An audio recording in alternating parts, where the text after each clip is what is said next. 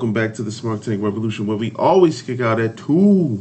I am your host, flying solo today, Mr. Donnie Wonderful. Actually, right now, if you've never seen The Goodfellas, shame on you. But if you have, then you'll understand the reference I'm going to make. Right now, I'm Big Paulie Cicero. I'm sitting in the restaurant, and I'm with the cigar in my mouth. You want me to be a partner? Is that what you want? It's not even fair. The reason why it's not fair is because on this episode of The Essentials, we're actually going to address one of the big wigs. We stay away from these guys because they're easy. That's why you haven't seen Stone Cold, The Rock's, Undertaker's. You know, like you haven't seen those bona fide legends. I think those are going to be more so saved for a dual episode when we do those. And shout out to my colleague Joey Business, who is absolutely crushing these essentials. Like his essentials episodes are by far my favorite ones thus far. You're doing a great job on these, Joey. But I had to retort, because your Mandy Rose and your Triple H one was so impeccable. If you haven't heard those, please go back and listen to those and then come back here. But, yeah, we typically stay away from those guys, but I guess for the 200th video, congratulations to Smart Tank Revolution, 200 videos in, y'all. And thank you guys for subscribing and liking the videos and commenting, and you know we love going back and forth in the banter. And thank you guys for the patience with our tangents. And this here is going to be no exception. But I decided to go with Hulk Hogan. Hulk Hogan is going to be the 22nd episode of The Essentials, but we're going to do something kind of different. Now, if you look in the description box, that's going to break down the criteria, because we do use 2 rating systems. One coming from Bret Hart's book, his autobiography, My Real Life in the Cartoon World of Wrestling, where he ranks 3 categories from 1 to 10. And then we shift on into our special, unique rating system called The Essentials, where we rank from 1 to 5, but you know we also give the 0.5s, and I just may do a 0.25 and a 0.75. Yeah, I may make it more complicated, you know, as going forward. But ours is definitely more, I guess, more strict and more harsh, because if you get a 3, you're literally right there in the middle. You get a 2. A 2 could be, who's this? Somebody's calling me. I don't know who that is. Anyway, a 2 is normally, you know, on the poor side. With if we're using like a, you know, like a letter grade, then a 2 would technically be a D. But technically a D is passing. It's passing barely. It's like ill, but it's passing. You may have to go to summer school, but you'll go to the next grade. So that's why I like ours. But the thing I'm going to do differently here is because it's a superstar. I mean, Hulk Hogan, come on, he's Mr. Wrestling. And it can be argued that even Stone Cold was more popular than Hulk Hogan was in his prime during the time. But that's really hard to say, because Hulk Hogan was the sport before the internet, before free press, before social media. Everyone knew who Hulk Hogan was, and this is kayfabe era as well. That's really hard to match. I mean, nowadays news travels fast. You have marks and smarks like us, Smart Tank. Back then, you know, during the tape, the video, the VHS exchanges, man, like, you know, for Hulk Hogan to transcend the business itself, like that was a big thing. I guess Titan Towers was Hulk Hogan, and he had every right. But what we're going to do differently here is, for the first part, On Bret Hart's scale, again, the descriptions to the criterias are in the description box, but I'm still going to read them. And by the way, Joey, this is a mouthful of this is a mouthful here when we describe it. But Bret didn't actually write this. I actually did. My English teachers used to love my descriptions and how I used multiple adjectives and verbs to describe stuff. But my business teachers, they was like, listen, get straight to the point. I had to address that there.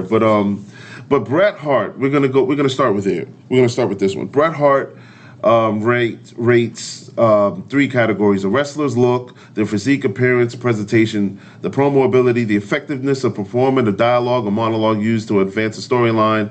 All this again is me and my writing. I mean, and the in-ring work, the ability to perform and execute a variety of. I'm already tired of reading it. It's in the description box. You guys can read it. What we're gonna do differently here for Hulk Hogan and on that side is we're gonna go over Bret's ranking of Hulk Hogan, and I'm basically gonna talk about whether or not I agree with it.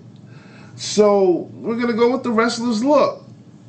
Bret gave Hogan a 10 out of 10.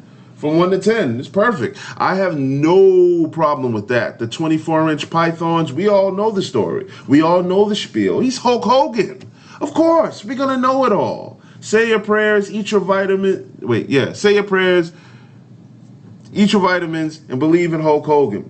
Who was it? Come on now. If you were born in the 80s, raised in the 90s, you were a Hulkamaniac. I mean, regardless whether the guy, said some pretty controversial things, i.e. go check out our interview with Scott Steiner.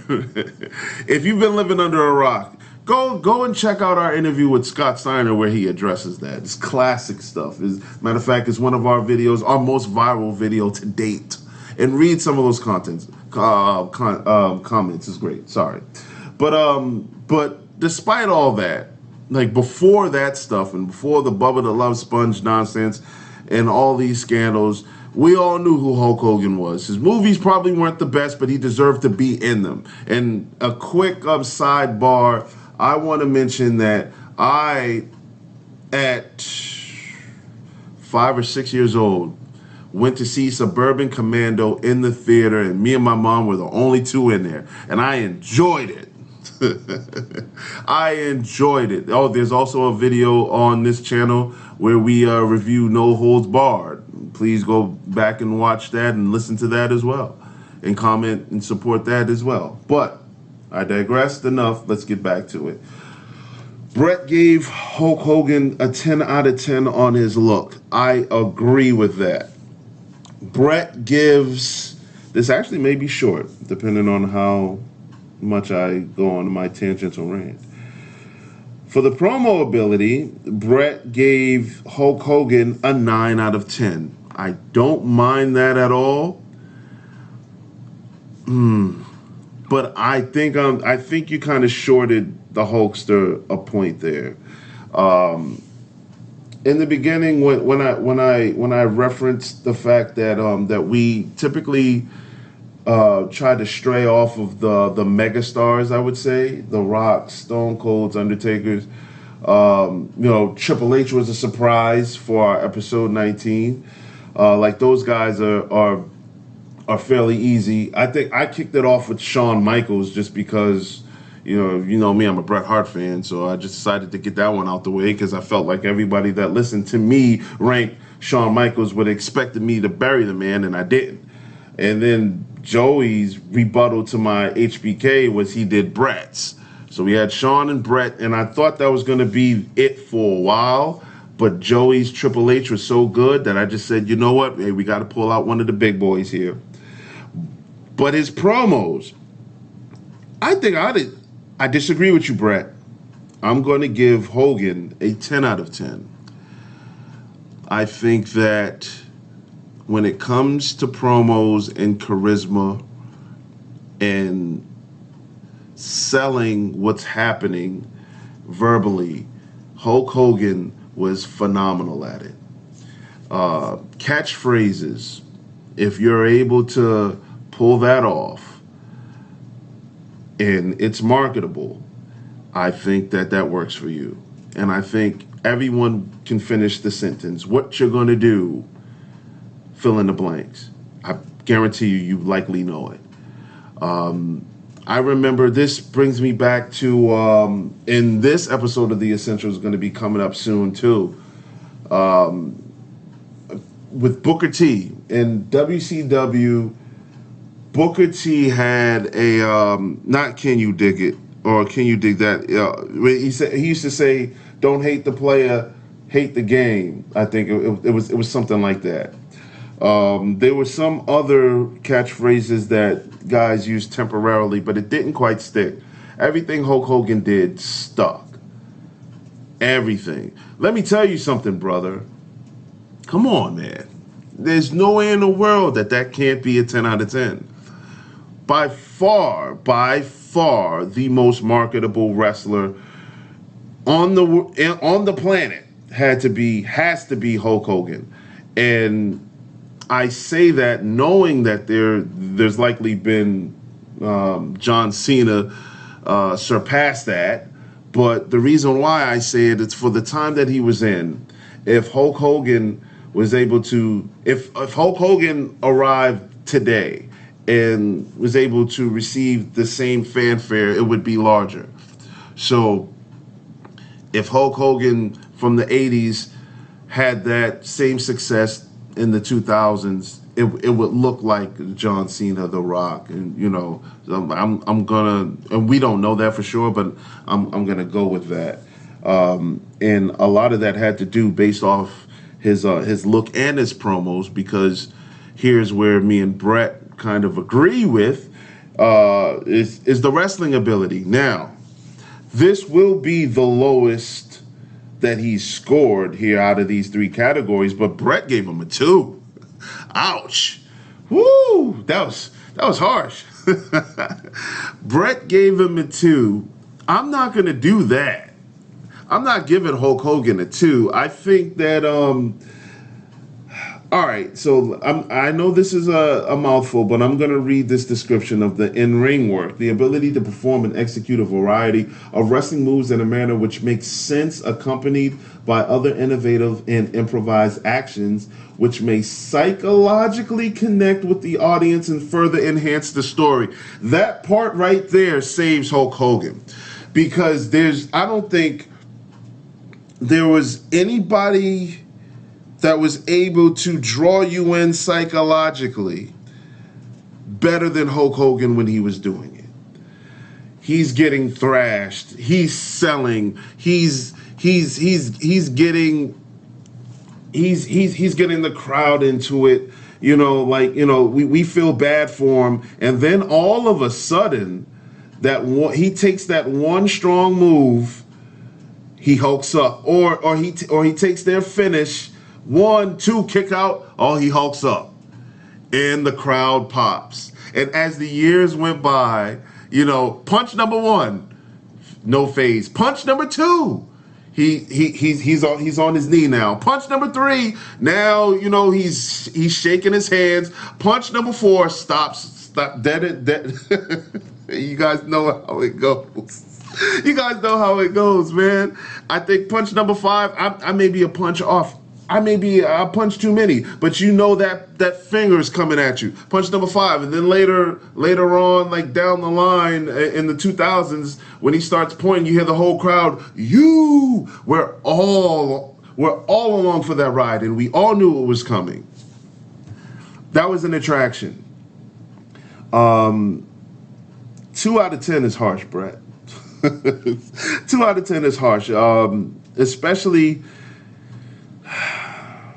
I mean, when Hogan was in Japan, he wrestled a whole nother style.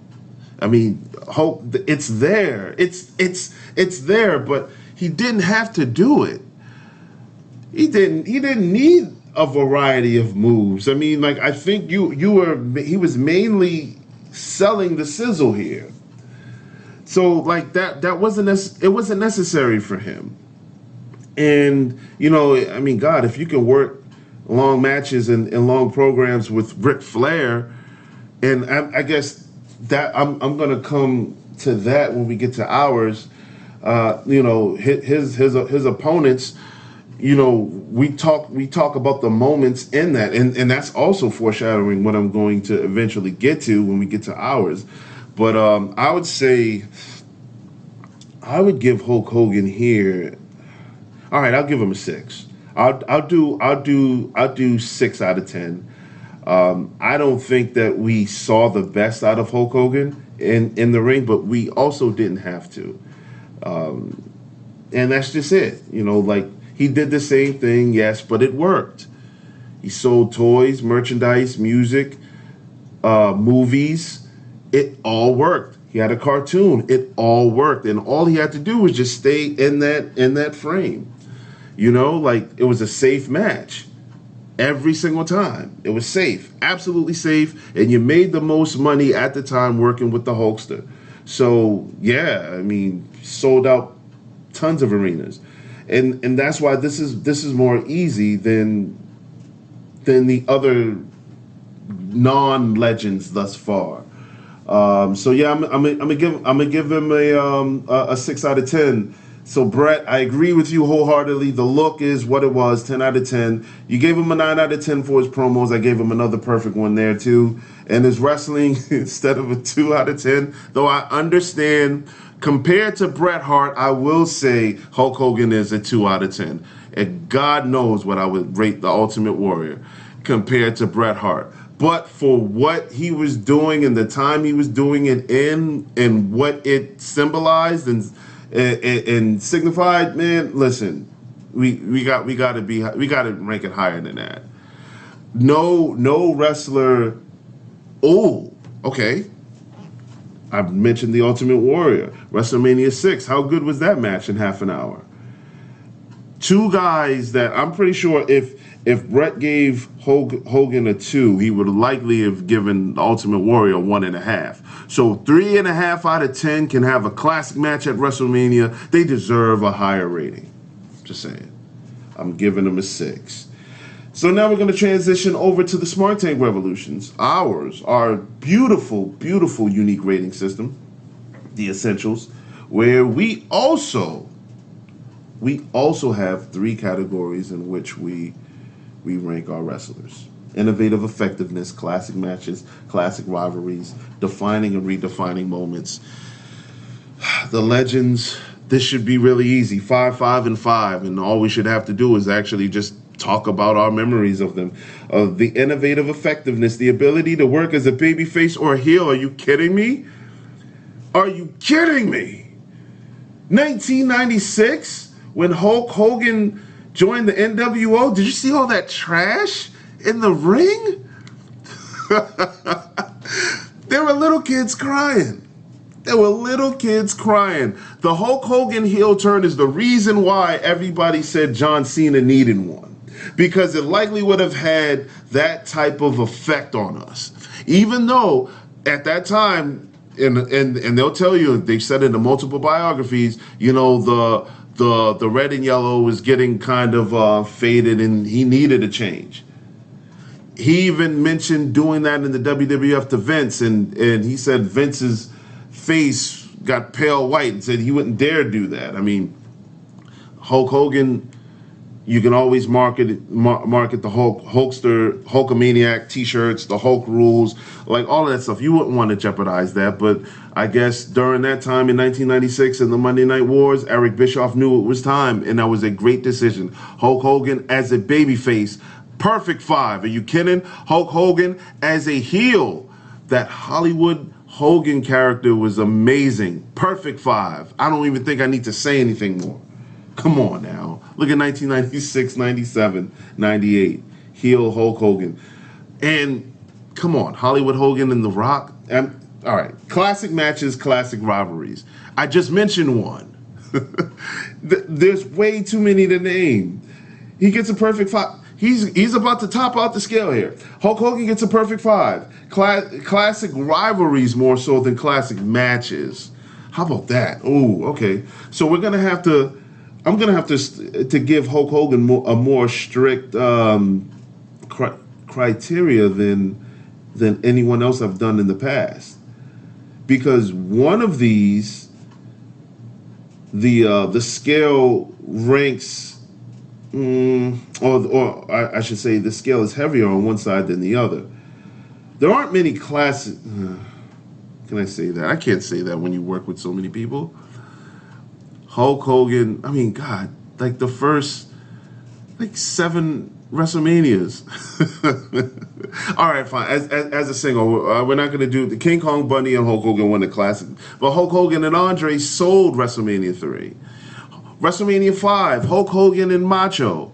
WrestleMania 6, Hulk Hogan and Ultimate Warrior. And that's just the WrestleManias. WrestleMania 18, Hulk Hogan and Rock. Hulk Hogan and Flair, Halloween Havoc. Hulk Hogan and Goldberg was actually a classic and historical match too. That should have been on pay-per-view. Hulk Hogan and Sting, Starrcade '97. Yeah, We're gonna go 5 because those classic matches also breed those classic rivalries. Good Lord, the Hulkster versus the Dungeon of Doom was interesting. You know, like there's just a lot. The NWO versus WCW, and that rivalry itself. Come on now, 5. Defining and redefining moments, the career-defining moments of a wrestler. You got to be kidding. That's rhetorical. 5. Fill in the blank, whatever you guys want. See, this was kind of easy. This is kind of easy. Defining or redefining moments. I mean, you pick one. Let me see. Let's spin the wheel and let's say 1993. 1993 is hard for a defining or redefining moment. Because what happened that year? He came back and left. He won the belt at WrestleMania 9 in a screwy way, but lost it at the next pay-per-view and then left for WCW. That's about it. I mean, the year before, 1992, what was redefined? What was redefining there in 1992? I don't know. A nice feud with Sid. You know, he was kind of on his way out. 1991, that feud with The Undertaker was amazing. Oh, especially when we were afraid of The Undertaker. Oh, man, that feud with The Undertaker was amazing. Sergeant Slaughter, I mean, you know, you kind of knew who was going to win that. But you know, the Warner, man, 1990. Well, let's go the other way. 1995, WCW. You know, those matches with Flair. 1996, obviously, Hollywood Hogan, NWO. I mean, come on now. Like, it should be for him defining years, or what did he do that year? So, I mean, there's way too many to name here. I mean, come on, it's Hulk Hogan. Hulkamania lives forever, as they say. Yeah, you can't even. Come on, what's better than that? This was kind of like a final in school, in college, whatever, where they tell you that your final is going to be multiple choice, and then you get the actual test in hand, and yeah, it's multiple choice, but all of the questions are true or false. I mean, this right here was a gimme. It's Hulk Hogan. So I hope you guys enjoyed me bantering about this on this episode of The Essentials. Absolutely love doing these. And stay tuned for the next ones. They're going to be pretty awesome. And if you haven't caught up with us, go back and listen to all the episodes of The Essentials on this playlist. And please like, share, and comment. And we will oblige all of the above with a rebuttal, because we love you guys just like you love us. Take care.